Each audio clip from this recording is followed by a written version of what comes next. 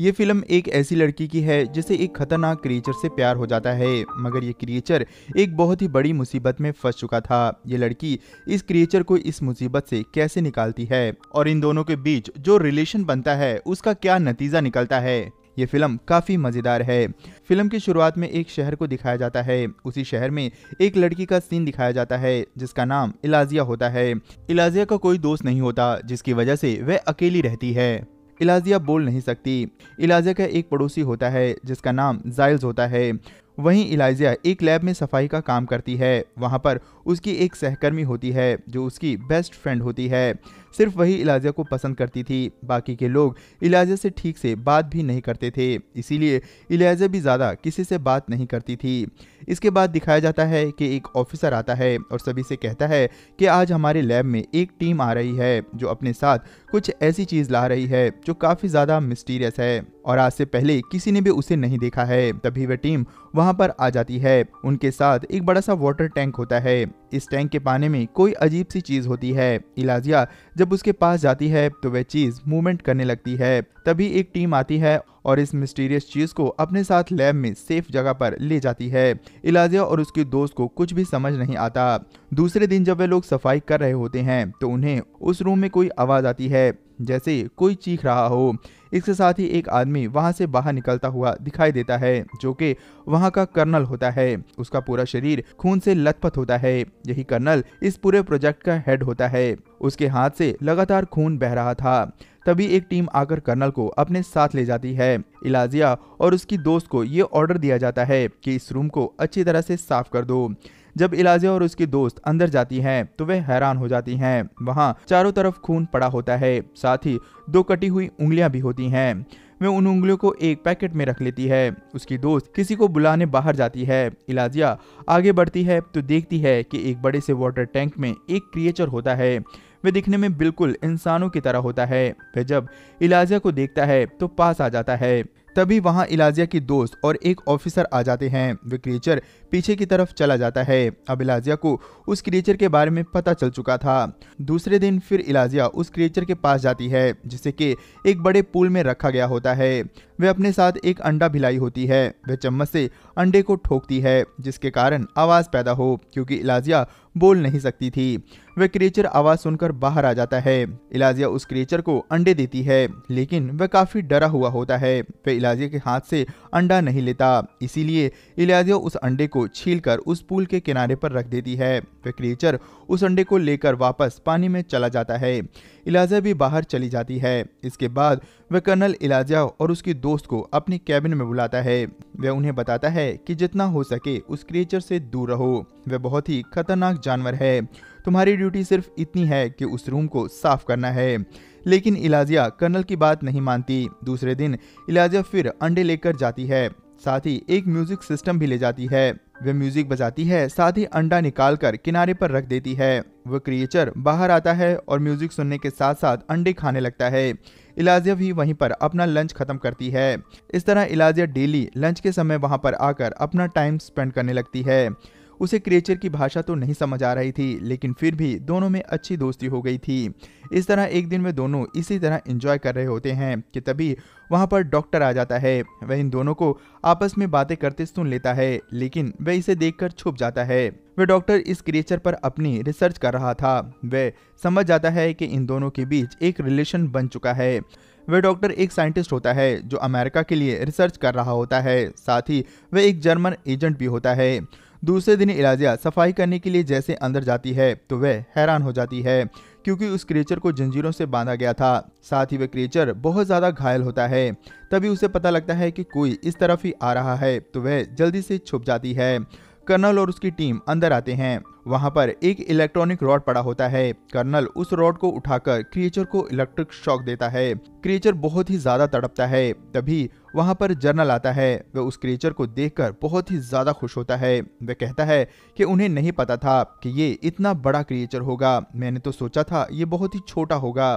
Colonel बताता है कि अमेज़न के जंगलों में रहने वाले लोग इसे अपना भगवान समझते हैं और इसकी पूजा करते हैं। कर्नल कहता है कि अगर हमें इसके बारे में पता करना है तो हमें इसे मारना पड़ेगा, क्योंकि तभी हमें ये पता चलेगा कि इसकी बॉडी में ऐसा क्या खास है। डॉक्टर कहता है कि इसकी हालत बहुत खराब है। सबसे अलग बात यह है कि ये 2 जगह से सांस ले सकता है। हमें इस पर रिसर्च करनी चाहिए, इसे मारने में कोई फायदा नहीं होगा। कर्नल डॉक्टर की बात मानने को तैयार नहीं होता। डॉक्टर कहता है कि अगर इसे हमने तुरंत पानी में नहीं छोड़ा तो ये कभी भी मर सकता है। क्रिएचर को पानी में डाल दिया जाता है। वह डॉक्टर सभी को कहता है कि आप इस क्रिएचर को मार नहीं सकते। जनरल कहता है कि तुम मुझे मत समझाओ कि मुझे क्या करना है, मेरे पास पूरी अथॉरिटी है। मैं इस क्रिएचर के साथ जो चाहे करूं, ये मेरी मर्जी है। वह कर्नल से कहता है कि इस क्रिएचर की चीड़ फाड़ करके जल्द से जल्द मुझे रिपोर्ट दो, आखिर पता तो चले ये चीज क्या है। डॉक्टर ये सुनकर काफी दुखी हो जाता है। वह इस बेजुबान क्रिएचर को मारना नहीं चाहता था। इलाइजा ने भी कर्नल और जनरल के बीच हुई सारी बातें सुन ली थी। उसे भी सारी बात समझ आ चुकी थी। वह भी बहुत ज्यादा दुखी हो जाती है। वह घर आकर जाइल्स को सारी बात बताती है। वे लोग उसे मार देंगे, हमें कुछ करना चाहिए। लेकिन जाइल्स इलाइजा को समझाता है कि उसे जिन लोगों ने कैद किया है वे लोग बहुत पावरफुल लोग हैं और हम लोग आम इंसान हैं। ये कहकर जाइल्स बाहर चला जाता है। इलाइजा बहुत दुखी हो जाती है। तभी जाइल्स सोचते हैं कि आखिर इलाइजा का मेरे सिवाय है ही कौन। इसीलिए वह वापस आते हैं और इलाइजा से कहते हैं कि हम फैमिली हैं और हम तुम्हारा साथ देंगे। वे दोनों प्लान बनाते हैं। सबसे पहले इलाइजा वहां पर जाकर सारे कैमरे को ऊपर की तरफ कर देती है, जिससे कि किसी को भी कुछ भी पता ना चल सके कि इस क्रिएचर को कौन ले गया है। इसके बाद वह एक कार्ट में ढेर सारे टॉवल डाल देती है। इसके बाद वह उस पूल में उस क्रिएचर के पास जाती है और उसे बाहर निकालने की कोशिश करती है। तभी वहां पर डॉक्टर आ जाता है। इलाइजा उसे देखकर डर जाती है, लेकिन डॉक्टर भी उस क्रिएचर की जान बचाना चाहता था, इसीलिए वह उन जंजीरों की चाबी इलाइजा को दे देता है। वह उसे खोलकर उस कार्ट में डाल देती है। वह जब कार्ट को लेकर जा रही होती है तो रास्ते में उसे उसकी फ्रेंड मिलती है। वह तुरंत समझ जाती है कि इलाइजा क्या कर रही है। पहले तो वह उसे मना करती है, मगर जब इलाइजा उसे सारी बात बताती है तो वह समझ जाती है और उसे जाने देती है। वे दोनों बाहर की तरफ आते हैं। इधर जाइल्स अपनी गाड़ी लेकर अंदर की तरफ जाता है, जहां पर गार्ड को शक हो जाता है, इसीलिए वह उसे अंदर नहीं आने देता। यहाँ पर भी डॉक्टर उस गार्ड को बेहोश करके उसकी मदद करता है। तभी वे दोनों उस क्रिएचर को लेकर बाहर आते हैं और गाड़ी में बैठकर भागने लगते हैं। इलाइजा उस क्रिएचर को अपने घर ले जाती है और बाथ टब में डाल देती है, क्योंकि उसे पानी की जरूरत थी। इलाइजा अपने दोस्त को पाकर बहुत ज्यादा खुश होती है और वह डिसाइड करती है कि 10 तारीख को वह उसे रिवर में छोड़ आएगी, क्योंकि 10 तारीख को बारिश की संभावना थी। पानी के सहारे वह अपने घर तक चला जाएगा। अगले दिन इलाइजा और उसकी दोस्त काम पर भी पहुंच जाती हैं, जिससे कि किसी को भी उन पर शक ना हो। इधर घर में जाइल्स उस क्रिएचर के पास होते हैं और उसका ध्यान रख रहे होते हैं। इसी दौरान जाइल्स की आंख लग जाती है। वह क्रिएचर बार टब के बाहर निकलता है, जहां पर जाइल्स की पालतू बिल्ली होती है। वह उसे खाने लगता है। तभी जाइल्स की आंख खुल जाती है। वह उसे ऐसा करने से मना करता है। वह क्रिएचर जाइल्स को घायल करके बाहर की तरफ भाग जाता है।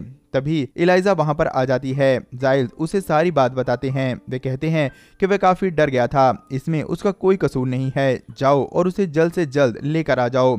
इलाइजा तुरंत ही जाती है और उसे एक सिनेमा हॉल से पकड़कर वापस घर ले आती है। वह क्रिएचर फीलिंग रखता था, इसीलिए वह जब घर आता है तो उसे अपनी गलती का एहसास होता है। वह जाइल्स के सर पर हाथ रखकर कहता है कि वह भी उसके सर पर हाथ रखे। जाइल्स ऐसा ही करते हैं। वे हैरान हो जाते हैं कि देखते ही देखते उनकी चोट के घाव पूरी तरह से ठीक हो गए थे। उन्होंने अपने सर को पकड़ा तो पता चला कि उनके गंजे सर पर बाल भी आ चुके हैं।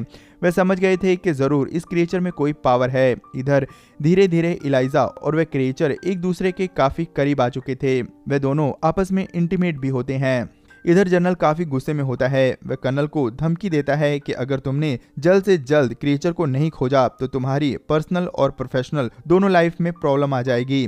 कर्नल जल्द से जल्द उसे खोजने का वादा करता है। उसे डॉक्टर पर शक होता है, क्योंकि वह ही उसकी जान बचाना चाहता था।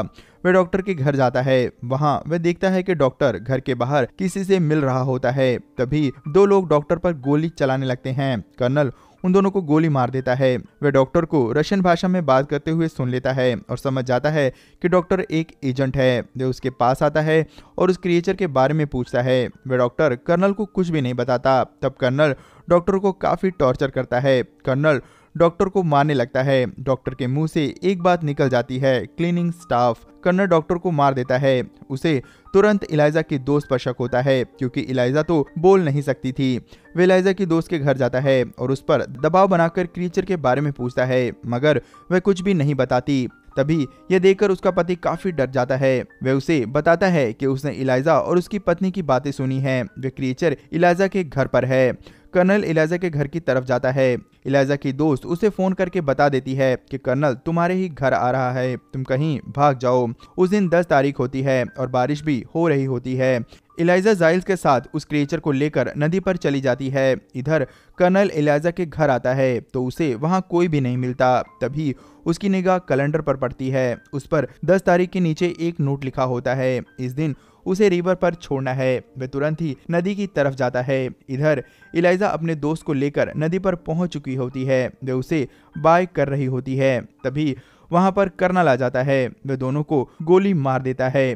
दोनों नीचे गिर जाते हैं। तभी वह क्रिएचर उठता है। इससे पहले कि कर्नल दोबारा गोली मार सके, क्रिएचर कर्नल के पास पहुंच जाता है। इससे पहले कि कर्नल कुछ सोचता, क्रिएचर उसे मार देता है। इसके बाद वह क्रिएचर इलाइजा को गोद में उठाकर नीचे नदी में कूद जाता है। वह समुद्र की गहराइयों में चला जाता है। वह इलाइजा के गर्दन पर उस निशान पर हाथ रखता है, जिससे कि वहां पर एक अलग सा कुछ बन जाता है। इस तरह से इलाइजा पानी में भी सांस ले पा रही थी। साथ ही वे क्रिएचर इलाइजा को जीवित कर देता है। उसके पास बहुत ही पावर्स होती हैं। वह उसे लेकर गहरे समुद्र में चला जाता है, जहां पर दोनों एक दूसरे को गले लगा लेते हैं। इलाइजा भी पानी में उसी के साथ रहने लगती है और इन दोनों की प्रेम कहानी यहीं खत्म हो जाती है। दोस्तों, इस कहानी में अगर इलाइजा का कैरेक्टर आपको अच्छा लगा हो तो इलाइजा के लिए एक लाइक जरूर करें और आगे भी हमारे साथ बने रहने के लिए और ऐसी मजेदार वीडियोस के लिए चैनल को जरूर सब्सक्राइब कर लें। धन्यवाद।